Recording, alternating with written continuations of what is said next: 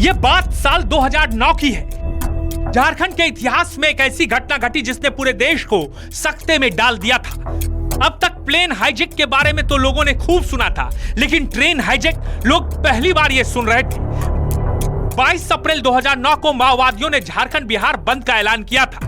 इस दौरान माओवादियों ने लातेहार जिले के हेगारा स्टेशन पर बीडीएम सवारी गाड़ी को हाईजैक कर लिया। ट्रेन में 500 से अधिक यात्री सवार थे। पूरी ट्रेन करीब 1.5 घंटे तक नक्सलियों के कब्जे में रही थी। यात्रियों के होश उड़े हुए थे। करीब 1.5 घंटे तक माओवादियों ने ट्रेन को अपने कब्जे में रखने के बाद मुक्त किया। जानते हैं इस पूरी घटना के पीछे कौन? आप अपने मोबाइल स्क्रीन पर जिस शख्स को देख रहे हैं, इस पूरी घटना के पीछे बताया जाता है कि इसी का दिमाग था। इसका नाम है रविंद्र गंझू। ये आदमी कितना कुख्यात है उसके बारे में जरा सुनिए। 22 नवंबर 2019 को केंद्रीय गृह मंत्री अमित शाह की चंदवा में सभा थी। उस दिन लातेहार जिले के चंदवा स्थित लुकैया मोड़ के पास तैनात पुलिसकर्मियों पर रविंद्र गंझू और उसके दस्ते ने हमला कर दिया था। उसमें 4 पुलिसकर्मी मारे गए थे। इस कुख्यात माओवादी को पकड़ने के लिए रात भर झाड़ियों में छिपे रहे कोबरा के जवान। सुबह घर के बाहर से कैसे दबोचा गया इस नक्सली रविंद्र गंझू को? कुख्यात माओवादी रविंद्र गंझू उर्फ सुरेंद्र गंझू को सोमवार 13 जुलाई की सुबह गिरफ्तार कर लिया गया। उसे लातेहार के चंदवा के लाधू पंचायत के बांजी टोला स्थित उसके घर के पास से पकड़ा गया। उसकी मौजूदगी की सूचना मिलने पर रविवार की रात से ही कोबरा के 5 जवान सादे लिबास में झाड़ियों में टकटकी लगाए बैठे थे। उन्होंने सुबह होते ही उसे घर के पास दौड़ा कर पकड़ लिया।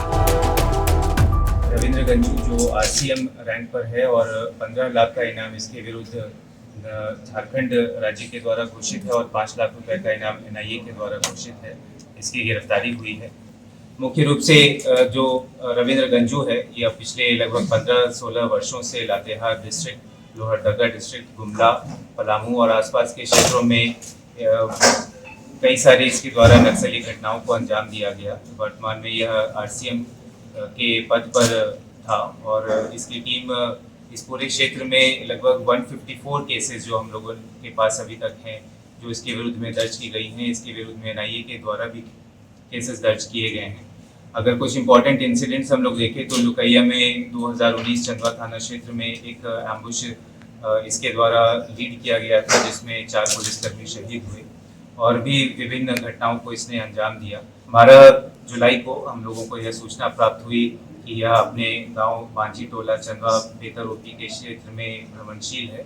इस पर त्वरित रूप से एक जॉइंट ऑप्स का गठन किया गया, जिसमें जिला बल, सीआरपीएफ और कोबरा 209 की टीम वहां पर गई और पूरे क्षेत्र की घेराबंदी करके जो अभियान चलाया गया, जिसका नतीजा हुआ कि रविंद्र गंझू की गिरफ्तारी हुई और उसके पास से एक पिस्टल की बरामदगी, AK-56 की बरामदगी और विभिन्न राउंड के एम्यूनिशन इत्यादि सामान, मैगजीन भी बरामद किए गए हैं। तो हम लोगों की पूछताछ के क्रम में कई सारे पूर्व की घटनाओं के बारे में जानकारी प्राप्त हुई। माओवादी की संख्या अगर देखें तो 2 की संख्या अभी है लातेहार जिला में, परंतु उनकी सक्रियता 0 है और जो इनकी गतिविधि है ये काफी वर्षों से हम लोगों ने कंटेन करके रखी थी। रविंद्र गंझू प्रतिबंधित भाकपा माओवादी संगठन में रीजनल कमांडर के पद पर है। उस पर सरकार ने 15 लाख और एनआईए ने 5 लाख रुपए का इनाम रखा था। एक AK-56, एक पिस्टल और एक कट्टा मिला है। पिछले 2 वर्षों से वो लगातार सीआरपीएफ और स्थानीय पुलिस के लिए सिरदर्द बना हुआ था। ऑपरेशन से जुड़े अधिकारी ने बताया कि उसकी गिरफ्तारी बड़े ही नाटकीय अंदाज में हुई। ना गोली चली और ना ही कोई खास मशक्कत करनी पड़ी। रविंद्र झारखंड पुलिस के लिए लंबे समय से सिरदर्द बना हुआ था। सीआरपीएफ के खुफिया विंग को सूचना मिली थी कि रविंद्र अपने घर पर आया हुआ है। मौके पर रविंद्र गंझू खतरे का अंदेशा होने पर भागने लगा, जिसके बाद उसे जवानों ने दौड़ा कर पकड़ लिया। इसके बाद पहले से ही कुछ दूरी पर 4 गाड़ियों में तैनात बैकअप जवान पहुंचे और रविंद्र को अपने साथ लेकर लातेहार चले गए।